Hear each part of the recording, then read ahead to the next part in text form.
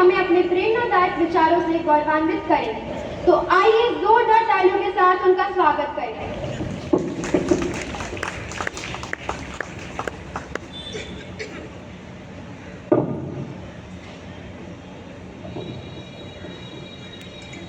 कुछ बात है कि हस्ती मिटती नहीं हमारी, कुछ बात है कि हस्ती मिटती नहीं हमारी।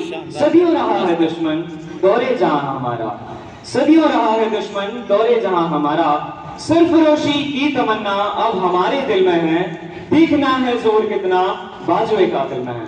आदरणीय प्रधानाचार्य महोदय, उप प्रधानाचार्य गण, उप प्रधानाचार्य महोदया, समस्त गुरुजन वृंद और मेरे प्रिय साथियों, आज मैं आपके समक्ष अपना भाषण लेकर प्रस्तुत हूँ हमारे स्वतंत्रता दिवस पे। आज का दिन केवल एक पर्व नहीं, एक आह्वान है, एक ऐसा दिन जब हम नमन करते हैं उस तिरंगे को जिसकी छांव में हम खुलकर सांस ले पा रहे हैं। आज 15 अगस्त है, भारत का स्वतंत्रता दिवस, पर साथ ही ये कर्तव्यों को याद करने का दिन भी है। आजादी ये शब्द जितना छोटा है, इसका इतिहास उतना ही लहू से भरा बलिदानों से सींचा गया है। इस धरती ने वीर सावरकर को जन्म दिया, जिनके काला पानी के अंधेरे कक्ष भी उनकी कलम की धार को कम न कर सके। इसने चंद्रशेखर आजाद को गढ़ा, जिन्होंने अंग्रेजों के खिलाफ बगावत की और अंतिम समय तक अपनी धर्म भूमि, अपनी कर्म भूमि का साथ दिया। खुदीराम बोस, जिनकी उम्र तो बस 18 वर्ष थी, पर हौसला हिमालय से भी ऊंचा। अशफाक उल्लाह खान, जिन्होंने मरते हंसते हंसते मौत को छू लिया गले के खातिर। हम कैसे भूल सकते हैं गांधी के आंदोलनों को, जिसने खादी को हथियार बना के गोरे अंग्रेजों के खिलाफ बगावत की।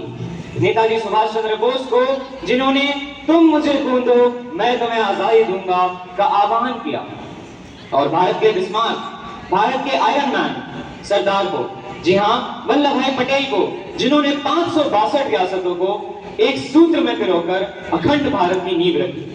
अनेकों नाम हैं जो इतिहास के पन्नों में अंकित होने से महरूम हो गए, और अनेकों माताओं ने हंसते हंसते अपने लालों को खो दिया ताकि हम ये आजादी मना सकें। लेकिन साथियों, क्या हम सही मायने में उस आजादी को जी रहे हैं? क्या हम आजादी को सही मायने में जी रहे हैं? क्या हमारा फर्ज इतना ही है कि हम बस तिरंगा फहराएं? हमें चाहिए एक विकसित भारत, जहां गांव शहर में कोई भेद ना हो, जहां विज्ञान, तकनीक और संस्कार साथ चलें, जहां डिजिटल इंडिया और स्पिरिचुअल इंडिया दोनों मिलकर एक संतुलित संगठित राष्ट्र बनाएं। क्या हम फिर से दुनिया को वो भारत दिखा सकते हैं जहां नालंदा और तक्षशिला जैसे विश्वविद्यालय ज्ञान के केंद्र थे, जहां आर्यभट्ट ने शून्य दिया, जहां चरक और सुश्रुत ने चिकित्सा की नींव रखी, और जहां वसुधैव कुटुंबकम जैसे विचार पले बढ़े? हम कर सकते हैं, लेकिन उसके लिए हर विद्यार्थी को एक सैनिक बनना होगा।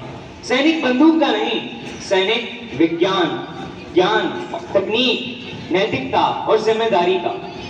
हर नागरिक को बनना होगा एक विकसित भारत का कर्मयोगी। तिरंगा हाथ में लेने से बड़ा काम है उसे दिल में बसाना, और उसे दिल में बसाने से बड़ा काम है उसके लिए ईमानदारी से, समर्पण से, देशभक्ति से अनवरत कार्य करना। तो आइए इस पावन दिवस पर हम एक प्रण लें कि हम अपने कर्तव्यों को याद रखेंगे, अपने पूर्वजों के बलिदानों को भूलेंगे नहीं, और मिलकर बनाएंगे एक सक्षम, सबल, स्वाभिमानी और आत्मगौरव से भरपूर भारत। अंत में कुछ मैं पंक्तियां कहना चाहूंगा। मैं भारतवासी हूं साहब, मैं भारतवासी हूं साहब, मेरे अरमान बहुत बड़े हैं, मेरा इतिहास बहुत पुराना, मेरे सम्मान बहुत बड़े हैं। मैं भविष्य की ओर बढ़ता हूं, दुनिया रुक सी जाती है, क्योंकि मेरे सपनों के आगे आसमान बहुत छोटे हैं, आसमान बहुत छोटे हैं। वंदे मातरम, भारत माता की जय।